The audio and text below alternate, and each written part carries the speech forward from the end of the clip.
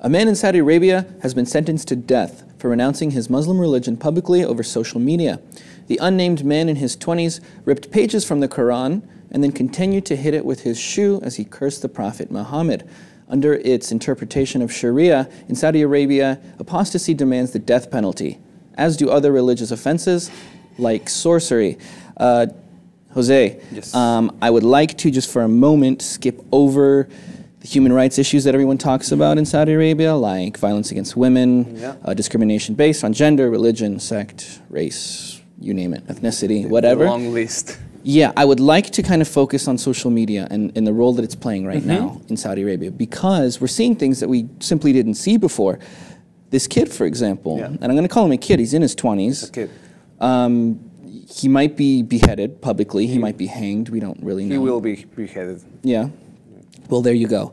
We're seeing things like this that we didn't see. I'm not going to say that atheism is on its rise in Saudi Arabia. I don't think that's even the point here. But I'm saying that people are speaking their minds more than ever. Last year, there was an online campaign following the criminalization of atheism in the country.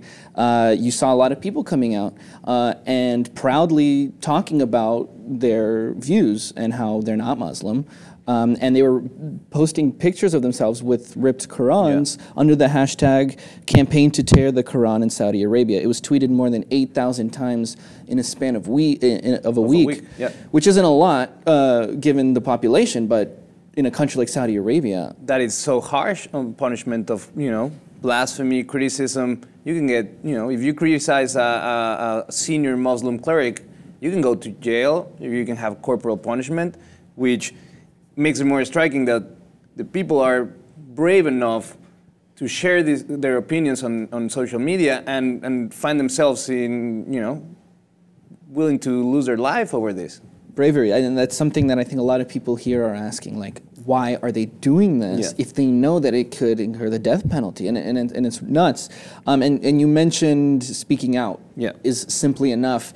We know about Raif Badawi, the online blogger who started the Free Saudi Liberals, who's in jail for what, 20 years just for his speaking out. Just for speaking out, and 1,000 lashes.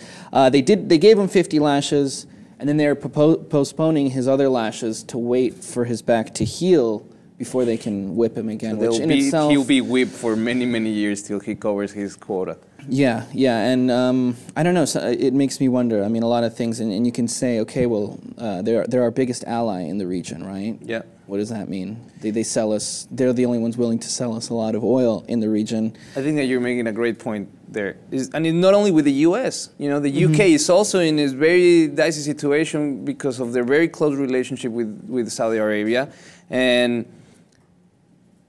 it seemed like, the Western world plays this card that we are after human rights all around the world. They fly this flag of global fighting against, abuse. World police. The world police, the leaders of the free world. But at the same time, they have these very, very, very strong ties, business ties, with one of the countries that has most offenses in that department. So I think that we need to kind of do a reality check of what are the real intentions of our relationships with countries that incur in violations of human rights so often and so blatantly. And it's sad that people are speaking out, social media, they're saying, this is enough. I want my freedom of thought, I want my freedom of speech, and what they get in response, a beheading. It's sad. And it's really sad. You mentioned our ties with Saudi Arabia, and it's like, okay, don't bite the hand that feeds you kind of thing. Because they don't let foreigners in. It's very hard for foreigners to come in. They're abusing human rights issues. So it's like, imagine if they weren't giving us oil, we wouldn't see them in this way. We'd see them more like, North Korea or something. We treat them the hermit kingdom. Oh, they're stubborn. They don't want this. They don't want that. But we see a lot of business going back and forth between the two countries. And going back to the atheism thing, Yeah. it was criminalized last year after a lot of young kids were going off to Syria to fight. They were coming back to Saudi Arabia. The government was scared that they would have these ideas of overthrowing the government and kind of called them terrorists and atheists and then made it illegal and had an excuse to put them all in jail, which is nuts. So, again, we're seeing things that we didn't see before. People speaking up, finally, coming out. So I don't want to say that atheism is on the rise in Saudi Arabia, because at the same time you see a lot of young jihadist kids going off to fight for ISIS. Yeah. So it can go in either ways, depending how you want to look at it. But I just want to say that, right now, social media is really playing a really, really, really, really big role. In the whole Islam world. Yeah. And both in Saudi Arabia, where they don't have presence of ISIS as strong as in other places in the Middle East, but we've seen it, we've talked about it in the Lib, how ISIS is using social media very strongly to recruit. Saudi Arabia is policing social media to enforce their Sharia law. And I think this also obeys the fact that younger generations are kind of caught up in the middle of a very polarized society.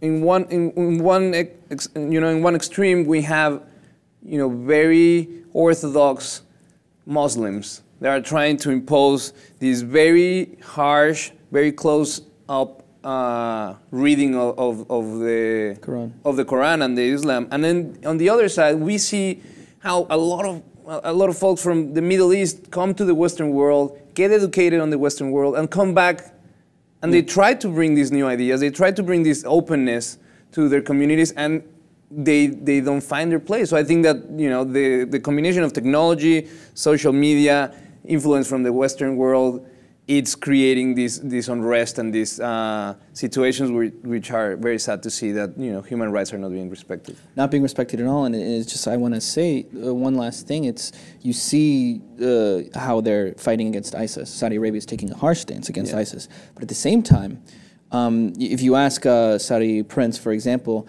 they'll tell you that it's terrible what ISIS is doing. They're cutting people's heads off without any, without any legal no legal grounds, for no reason. But it's like, what's the difference between that and putting somebody in jail and whipping them 1,000 times for 20 years? You're putting them in jail just for speaking out against the government, or like this poor kid who's probably going to be beheaded publicly for speaking out over social media. Let us know what you guys think. If you haven't already, please subscribe to the Lip TV. Thank you so much for watching.